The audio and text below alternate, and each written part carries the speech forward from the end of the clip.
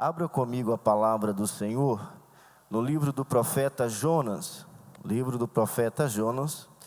Nós estaremos lendo o capítulo 2. Livro do profeta Jonas, nós estaremos lendo o capítulo 2, do verso 1 até o versículo 9. Quero desde já agradecer ao nosso bispo Aides a oportunidade, a nossa bispa Neuza, também tributar uma palavra de gratidão ao Senhor, sabendo da responsabilidade que é assumir a tribuna para ministrar a palavra. Deus seja louvado nessa noite. Agradeço, bispo, de coração, os nossos pastores também, pastor Samuel, pastor Eliseu, pastor Lucas, todos os pastores que aqui estão com o bispo ladeando e fazendo a obra do Senhor, juntamente com o pastor Edmilson. Deus abençoe a todos os obreiros. A igreja encontrou o texto, amém, irmãos? Diz assim a palavra do Senhor: e orou Jonas ao Senhor Deus das entranhas do peixe, e disse: na minha angústia clamei ao Senhor, e ele me respondeu. Do ventre do inferno gritei, e tu ouviste a minha voz, porque tu me lançaste no profundo, no coração dos mares, e a corrente me cercou. Todas as tuas ondas e as tuas vagas têm passado por cima de mim. E eu disse: lançado estou diante dos teus olhos.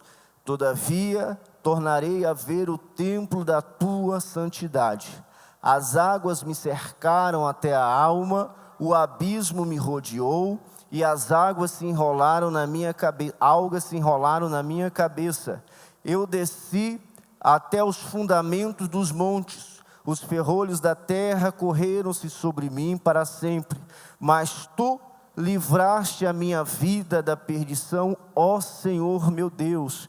Quando desfalecia em mim a minha alma, eu me lembrei do Senhor, e entrou a ti a minha oração no templo da tua santidade. Os que observam as vaidades vãs deixam a sua própria misericórdia, mas eu te oferecerei sacrifício com a voz de agradecimento. O que votei, pagarei, do Senhor vem a salvação. Amém?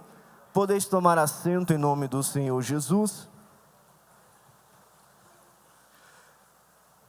Queridos irmãos, apenas para fazer o resumo da mensagem nessa noite, os irmãos conhecem a história do profeta Jonas. Sem dúvida alguma, é um relato histórico. O próprio Senhor Jesus Cristo não só cita, mas o cita como exemplo da sua própria morte. Quando ele usa o exemplo de Jonas no ventre da baleia, ele também diz que estaria no centro da terra 3 dias e 3 noites e depois ressuscitaria. E isso ele põe como sinal. A história de Jonas é bem curta. Um profeta que Deus levantou no reino do norte para que pudesse estar trazendo ou levando a mensagem do Senhor aos ninivitas. E ali Jonas foge da presença do Senhor, e quando ele está fugindo no barco, vem uma tempestade, de modo que os homens o lançam no mar, e um peixe o engole. Depois que ele está no ventre do peixe, ele faz esta oração aqui do capítulo 2, e aí Deus vai trabalhar com Jonas em relação à consequência ou as ações que ele fizera fugindo da presença do Senhor. E depois Deus o salva, fazendo com que seja vomitado ali na praia. Ele vai, prega em Nínive, e o povo se arrepende. E basicamente Deus demonstra a sua misericórdia, mesmo o profeta contrariado, em vez que o Império Assírio foi responsável por destruir o reino do norte, e havia no seu coração um desejo muito grande, porque o profeta conhecia a Deus e sabia, se dele tivesse pregado aquilo que o Senhor colocara no coração dele, Deus poderia mudar a sorte daquele povo, e como Deus mudou. Daí porque ele foge da presença do Senhor para não pregar, porque porque o objetivo é que aquelas pessoas morressem como uma vingança espiritual da parte de Jonas, né? O profeta não queria, mas nessa noite eu não quero pregar sobre o texto profético de Jonas, mas as consequências do homem que foge de Deus. As consequências do homem que foge de Deus. Mesmo sendo um profeta, mesmo tendo uma mensagem, mesmo sendo escolhido por Deus, o homem usa como subterfúgio fugir ou correr de alguma situação de perigo, quando ele se encontra, da qual ele não quer passar. É comum que nós, enquanto seres humanos, busquemos esse subterfúgio, fugir, correr, desviar, para muitas vezes salvar a nossa vida, muitas vezes sair de uma situação a qual nós não queremos passar. Só que no caso do profeta, ele não estava fugindo de uma situação, ele estava fugindo da própria vontade de Deus, ele estava fugindo, por que não dizer, do próprio Deus. Mas aí eu pergunto, pode o homem fugir de Deus? Pode o homem se esconder de Deus? Pode o homem arrumar um lugar que ele possa estar aonde os olhos de Deus não possam contemplar?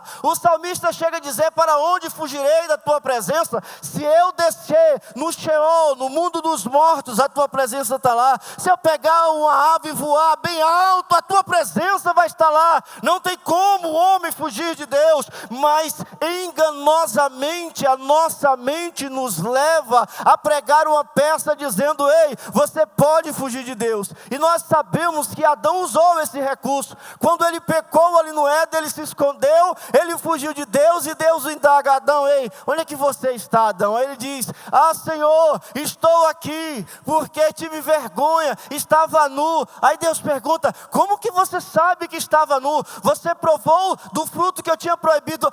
Senhor, foi a mulher que tu me deste. Aí vai perguntar Deus para a mulher, Eva, você provou? Não, foi a serpente que me enganou. Ora, Deus apenas estava cobrando responsabilidade dos homens que pecaram diante dele, e tinha que assumir diante do Senhor o que fizera. Mas Adão usou como refúgio fugir de Deus. E o homem, quando está no pecado, ele também foge de Deus, ele tenta se esconder de Deus. Como Jonas, ele pega uma passagem neste mundo e foge para o mais longe. Ele não quer ouvir o evangelho, ele não quer saber de Deus, ele não quer saber da palavra do Senhor, ele não quer andar perto do crente, porque com certeza um crente logo vai puxar um papo com ele e vai falar das coisas santas, do céu, das coisas maravilhosas, daquilo que está esperando a nossa alma encontrar e desfrutar, que é o porvir. Ele vai ficar preocupado, eu não quero andar com esse crente, eu quero fugir de Deus. E quanto mais o homem caminha se distanciando de Deus, mais ele vai perdendo a aparência, a essência, a forma de Deus na vida dele. Mas por mais que ele fuja, por mais que ele caminhe, por mais que ele ande, por mais que ele lute, por mais que ele possa comprar uma passagem por mais longínquo pedaço dessa terra, ele não vai poder fugir de Deus. Mas ainda que ele tente, haverá consequências para a alma dele. Então podemos encontrar aqui no texto a primeira consequência do homem que foge da presença do Senhor. A Bíblia vai dizer que Jonas, ali no ventre do peixe, na entranha do peixe, ele orou ao Senhor e disse, na minha angústia clamei ao Senhor, e ele me respondeu no ventre do inferno, gritei, e tu ouviste a minha voz, porque tu me lançaste num profundo, no coração dos mares, e as correntes me cercou. Todas as tuas ondas e as tuas vagas têm passado por sobre mim. A primeira coisa que acontece como consequência da fuga do homem da presença do Senhor é ser sepultado na angústia, é ser sepultado no sofrimento, porque quando ele foge de Deus, ele perde a presença do Senhor. Quando ele se afasta do Senhor, ele perde a comunhão com o Espírito Santo de Deus. Quando ele se desespera saindo, caminhando de forma sem preocupar com o seu final, apenas para curtir o caminho, ele vai distanciando, e a sua alma se torna cada vez mais sedenta da presença do Senhor, e essa sede na sua alma vai aumentando a angústia do seu ser, de modo que ele não consegue compreender. Daí ele se torna uma máquina de pecado, tentando ocupar o espaço da sua alma que pertence a Deus, tentando ocupar o espaço na sua vida que pertence ao Senhor, tentando encher o seu coração com coisas supérfluas, passageiras desta vida, mas é a sua alma que está sepultada em angústia, é a sua alma que está presa no sofrimento, é o seu coração gritando que está faltando algo muito importante dentro de si, que é a presença do Senhor. É por isso que o salmista vai dizer que a alma dele anela Deus, de tal forma tem sede de Deus, como um servo que brama pelas correntes de água, como um animal que está cansado de tanto fugir do caçador, e ele, quando começa a sentir o cheiro da água, as suas forças são renovadas. O salmista pega esta linguagem emprestada para dizer: a minha alma fugindo do caçador, a minha alma fugindo do pecado, a minha alma fugindo do inimigo que me persegue diuturnamente, já está exaurindo as minhas forças, mas o meu coração está buscando algo maior, está olhando para o céu e para a transcendência e dizendo: eu preciso de Deus. A tua alma precisa de Deus, o teu coração precisa de Deus. Você só é completo quando tem a presença do Senhor. Sepultados na angústia. O profeta descobriu da pior forma que a primeira consequência quando foge de Deus é ser sepultado na angústia. Segunda consequência, nós vamos encontrar a palavra do Senhor dizendo que ele foi lançado no profundo, no coração dos mares, e se cercou de todas as ondas que passavam por ele, lançando sobre os olhos. Ele ficou preocupado: será que eu poderei novamente ver o templo do Senhor? A consequência do homem que foge de Deus é ter tribulações na alma, é ter uma perturbação no coração. A sua alma fica inquieta. Depois da angústia vem a tribulação, e ele não sabe aonde ou o que fazer para trazer um sossego, para trazer um alento, para trazer um remédio, um antídoto ao seu coração perturbado. E ele vê as ondas passando sobre a sua cabeça, ele vê as águas agitadas passando sobre o seu coração, e ele não entende, meu amigo. Mas eu digo para você nesta noite: o que está faltando na sua vida é você sair do seu estado em que se encontra e correr na direção de Deus, e voltar para os braços do Senhor, e entender que por mais que você corra nesta vida, você não vai ter sucesso enquanto não estiver correndo em Deus. Por mais que você ande nesta vida, o seu coração não vai descansar em paz enquanto não estiver no porto seguro que é Cristo. A sua alma não vai ter prazer neste mundo, porque o prazer da alma é na palavra do Senhor, é estar desfrutando da presença do Eterno, é dizer como o salmista: alegrei-me quando me disseram vamos à casa do Senhor. Ele chega a dizer: ei, a andorinha, ele encontrou casa, o pardal também, porque na casa do Senhor há abundância de alegria, porque no templo do Senhor a nossa alma se farta pela presença do Eterno. Louvado seja o nome do Senhor. E a terceira consequência do homem que foge de Deus: ele não pode andar por aí de qualquer jeito, ele não pode andar por aí de qualquer forma. Ele está lançado à sua própria sorte. ele agora se torna vulnerável. Ele pode partir para a eternidade. E onde ele se encontrar, definirá o futuro da sua alma. Quando o homem foge de Deus, ele não tem direção. Quando o homem foge de Deus, é como Jonas dentro daquele peixe, não sabia para onde estava indo, não sabia em que parte do mar ele estava, não sabia qual era o direcionamento, ele simplesmente estava indo. Quando o homem foge de Deus, ele está lançado à própria sorte, ele pode morrer a qualquer momento, distante do Senhor.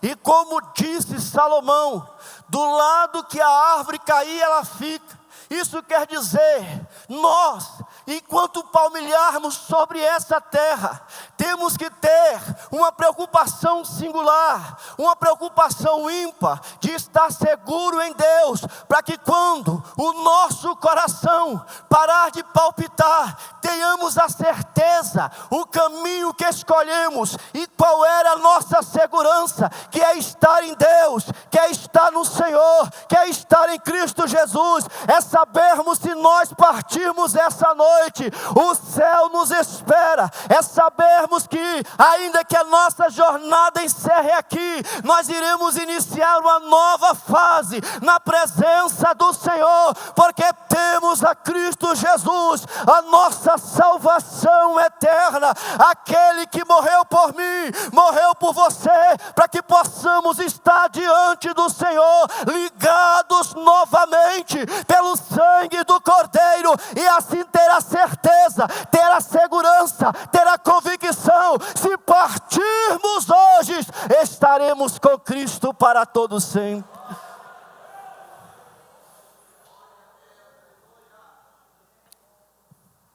Mas aí pergunto nesta noite, se essas três consequências advêm sobre o homem que foge a Deus, foge de Deus, como posso reverter esse quadro? Aí nós vamos encontrar o texto bíblico dizendo, primeiro, nós temos que ter consciência daquilo que fizemos. Nós temos que entender, quando Jonas estava preso ali no peixe, no ventre do peixe, ele sabia da situação dele, do quadro dele. Por isso que ele começa a orar ao Senhor. E ele no seu coração ainda tinha esperança, por quando ele diz, de estar novamente no templo do Senhor, de estar novamente na presença do Senhor. Ele tinha consciência de que a situação que ele se encontrava não era a melhor situação, que o estado em que ele se encontrava não era o melhor estado. Então qual seria a melhor posição? É ter consciência da sua situação de pecador, é ter consciência de que você está no pecado, e se você não tiver a mão do Eterno te ajudando, você vai estar acorrentado, preso, sem força, sem energia para sair. Mas você tem que fazer como o filho pródigo. O filho pródigo, quando estava ali servindo comida aos porcos, ele percebeu que ele não pertencia àquele ambiente, mas ele tomou uma atitude: levantar-me-ei, irei ter como pai, e dir-lhe-ei, eu pequei contra o céu e contra ti. O que é isso? É o homem ter a capacidade de tomar uma decisão em direção a Deus, dizendo: Senhor, eu não pertenço a este mundo de pecado, Senhor, eu não pertenço a este mundo que estou envolvido neste momento, mas eu quero, Senhor, ter forças novamente para caminhar na tua direção e voltar no teu templo e contemplar a beleza da tua santidade e comungar a minha fé na tua presença.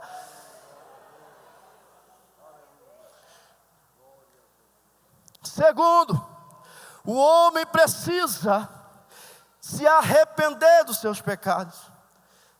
Do verso 7 ao verso 9, Jonas vai dizer: quando desfalecia em mim a minha alma, eu me lembrei do Senhor, e entrou a ti a minha oração no templo da tua santidade. Ele chega a uma conclusão óbvia: os que observam a vaidade vãs deixam as suas próprias misericórdias. Jonas estava aqui parafraseando: os que querem tomar direção dos seus próprios caminhos, nas suas próprias vaidades, se perdem, não tem mais força para voltar. Mas aqui ele entende: mas eu te oferecerei sacrifício com a voz de agradecimento. O que pregarei? Do Senhor vem a salvação. Do Senhor vem a salvação. Então eu preciso ter consciência do pecado. Eu preciso me arrepender dos meus atos pecaminosos e entender que só Cristo salva, só Cristo salva. A minha alma, por mais que se encontre perdida, ainda há salvação em Deus por meio do seu amor, revelado no sacrifício do Senhor Jesus. Só Cristo salva, só Cristo salva, só Cristo salva. Por mais que você esteja afundado no mundo de pecado e de horror, as misericórdias do Senhor alcançam a sua alma e te traz para um novo lugar. E como disse Paulo no texto que foi lido nesta noite, nos coloca assentado em Cristo Jesus, numa nova posição, posição de salvo, posição de remido, posição de lavado, posição de redimido pelo sangue de Cristo Jesus.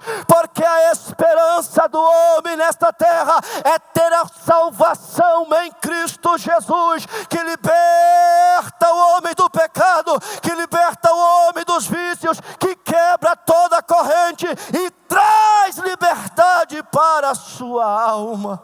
Louvado seja o nome do Senhor. Você pode ficar de pé comigo nesta noite, já vou encerrar o sermão.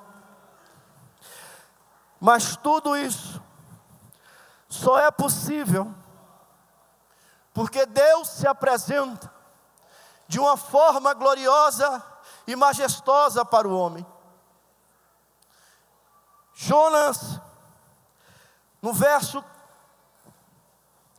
2 do capítulo 4, ele vai dizer: pois sabia que és Deus piedoso, misericordioso, longânimo, grande em benignidade, e que te arrepende do mal. Essa é a forma que Deus faz para que o homem que está com a alma cansada de tanto fugir da presença do Senhor, ele possa ser alcançado pelo amor de Cristo.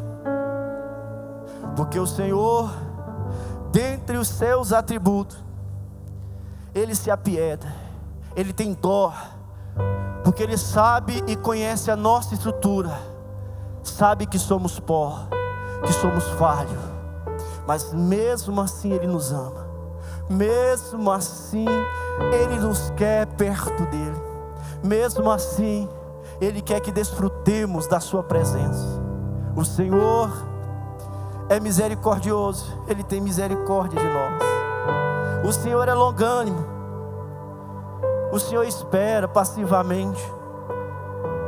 E um exemplo que temos no Evangelho de Lucas, ali no capítulo 15, é que fala que tinha um boi cevado para o filho que saiu. Como assim? O pai separou um boi e preparou dizendo: deixa ele aqui, vamos matar não, deixa ele engordando, porque meu filho vai voltar, e quando ele voltar a gente mata esse boi. Você nem sabe aonde o seu filho está andando, você não sabe nem qual o caminho que ele tomou. Vamos matar esse boi? Não, deixa ele aqui, ele vai voltar. Isso é a longanimidade de Deus. É Deus olhando para você nessa noite dizendo: não importa a distância que você caminhou, não importa os caminhos por onde você passou, mas eu tenho a esperança que um dia você volta para casa. E quando você regressar, vai ter festa. E quando você regressar, vai ter um boi cevado te esperando, vai ter uma mesa te esperando. Deus é longânimo, e por causa dessa longanimidade é que nós não fomos destruídos. Deus demonstra a sua grande benignidade e mostra que por mais que os nossos caminhos sejam caminhos de morte, como era o caso dos ninivitas, por meio do arrependimento deles, eles provaram a misericórdia do Senhor. Nessa noite, quero que você ore comigo nesta noite. Não sei quanto tempo você está fugindo do Senhor, quanto tempo você andou desviado do Senhor, quanto tempo você distanciou-se do Senhor, mas a sua alma ainda tem sede de Deus, o seu coração ainda anela por Deus. 10 anos desviado, mas ainda quando ouve aquele hino, ainda toca a tua alma. 20 anos desviado, mas quando lê uma passagem bíblica, ainda toca a tua alma.